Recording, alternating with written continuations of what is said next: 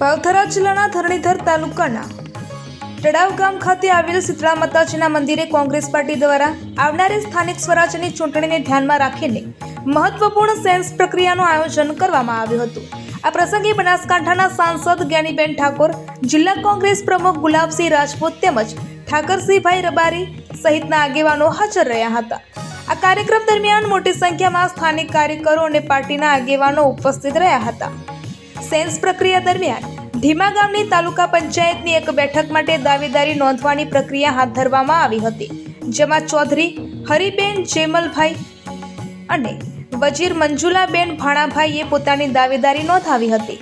Congress party દ્વારા ઉમેદવારોની પસંદગી માટે આ પ્રકારની સેન્સ પ્રક્રિયાને મહત્વપૂર્ણ માનવામાં આવી રહી છે, જે આવનારી સ્થાનિક સ્વરાજ્યની ચૂંટણી માટે પાર્ટીની વ્યૂહરચનાનો મહત્વનો ભાગ ગણાય છે।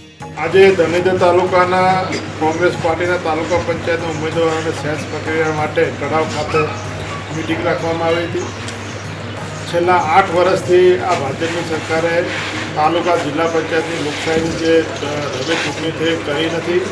જ્યારે આજે ચૂંટણી યોજાઈ રહી છે ત્યારે ઉત્સાહ સાથે કોંગ્રેસના કાર્યકર્તાઓ આજે ટિકિટ માંગવા માટે અહીંયા આવ્યા છે અને આજે 8 વર્ષની અંદર જે ભાજપના લોકોએ ભ્રષ્ટાચાર કર્યો છે એના વિરોધમાં અહીંયા પૂર આવ્યું હોય ત્યારે જે ભાજપના લોકોએ અહીંયા અન્યાય કર્યો છે એના વિરુદ્ધમાં સરકારે જે અન્યાય કર્યો એના વિરુદ્ધમાં સૌ લોકોએ સાથે મળી અને એમને જવાબ આપવા માટે 26મી તારીખે લોકશાહી પર્વમાં ઉજવણી કરશે અને કોંગ્રેસ પાર્ટીને બહુમતી સાથે ધીમા તાલુકા પંચાયત જિલ્લા પંચાયત જીતાડી આપશે એવી વિશ્વાસ સૌ કાર્યકર્તાઓ છે।